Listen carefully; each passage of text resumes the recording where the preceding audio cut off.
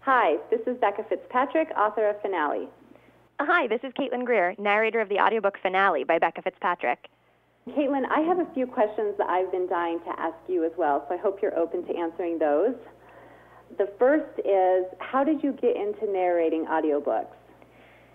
I work as an actor and particularly as a voiceover artist, and audiobooks are one aspect of the voiceover world, and they're a particularly challenging and interesting side of the work that I do because you get so many different characters in one project, and you're required to do the voices of all the different characters.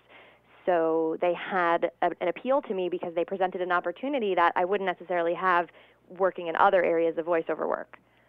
Just on a side note, I wanted to mention how awesome it was to hear you, read all of the different characters, and that was really cool because you did a fabulous job, and it was really incredible to see how you brought life to all of these different characters. Thank you so much for saying that, because there's an element of pressure as an audiobook narrator, knowing that the author has voices in his or her head when writing, and you come in and you're not privy to that information, so you're making the best choices you can make, but there's always sort of that voice in the back of your head going, well, what if this is totally different than what the author envisioned? So that's really exciting for me to hear. Yeah, definitely. No, you nailed it. Well done. Thank you. Do you do anything specific to prepare for narrating my books? When I first get a copy of the book, which in my case I think of as a script, I read it the whole thing ahead of time before I go in to narrate, and I mark the script so that I can switch easily between the characters, as we were just discussing. So working now, what I'm usually doing is doing it electronically, doing it on a tablet where I'm highlighting the different characters in different colors, and I memorize ahead of time which character is represented by which color so I can make those switches quickly on the spot. Back before I was doing it on a tablet, I was doing it with a hard copy of the book, and I would have either colored highlighters or I had, symbols I would use for each character, and each character would have their own symbol, and I would mark the beginning and the ending of the dialogue with that symbol. So that just was a logical system for me to be able to switch character voices quickly while we're recording. There's always the opportunity to stop while we're recording and change something or go back and fix something, but the more efficient I can be with my prep, then the more efficient we can be in the studio, and the more fun it is because your writing has this natural flow to it. The stories progress. We don't want to have to stop and go back and take something over. We want to keep moving with the feeling and the emotion of the story as you wrote it. That's fascinating. I would love to see inside your old books that have all the markings.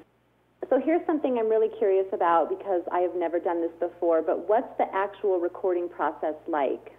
So once I've done my prep on my own, before we get into the studio, we go into a studio, and I work with some amazing people. I couldn't do it without them. None of us could do it without you, and then I couldn't do it without them. We sit down, and we go through as much of the material as I can without needing to stop and re-record something. So basically, if I go through and everything's going well and I haven't missed a word anywhere, or there hasn't been some random noise in the room that we weren't expecting that the recording picks up, we'll just keep going.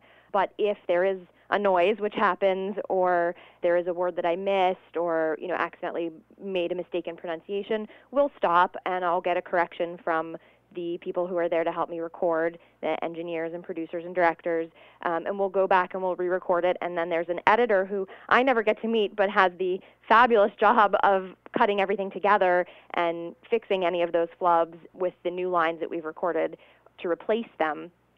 So that's actually a part of the process that I'm not even a part of, that you and I should go, hang out with that editor one day and see how the whole process ends. But for me, it's me in a studio with a microphone and the script, and the other side of the glass looking in at me are the team that helps me get everything done as beautifully as possible. Who's your favorite character to narrate in the Hush Hush series? If I had to pick one character, which is challenging, I would pick Nora, and I think that that's because I spend so much time with her. It must sound funny to you because you wrote her, so you've spent more time with her in your head than I have, but you really begin to identify with your narrator, and you're inside her head and her feelings, and taking her journey made me feel closest to her character. You've recorded all the audiobooks in the Hush Hush series. What is it like to come back to these characters over and over again and now to have to say goodbye?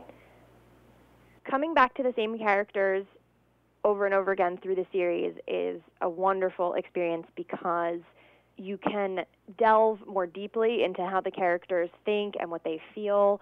You get more comfortable the more you record those character voices, so it allows you to play a little bit more. And I will say, I mentioned another scene that I loved in the upcoming book, but one of my favorite scenes of the whole series was the ending of the third book, because I had an inkling that there might be another book coming, and I wanted that other book not just as a narrator because I'm enjoying the work that we do together, but as a fan. I wanted that other book because that next book, because you left the third book in a place that left me wanting more, but not just more, it left me wanting to explore this idea of Nora growing into her own power and growing into becoming a figure of authority and taking charge in a way that we hadn't seen her have the opportunity to do before. And I felt the tease, the hook that you left for us at the end of the third book, and I remember thinking, I really hope that she's going to make a fourth because I want to see where Nora gets to go. So I am always sad to say goodbye to characters, but I am not as sad as I would have been had we ended after the third book, because I feel that finale was so fulfilling for many of the characters, but particularly for Nora.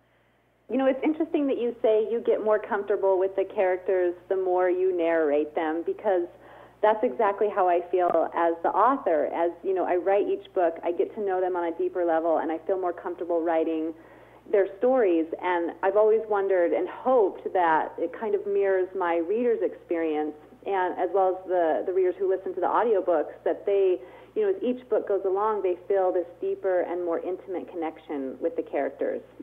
Caitlin, I just want to say one more time, thank you so much for being willing to answer these questions. I'm so excited for readers to be able to listen to the audiobook and find out how Patch and Nora's story ends.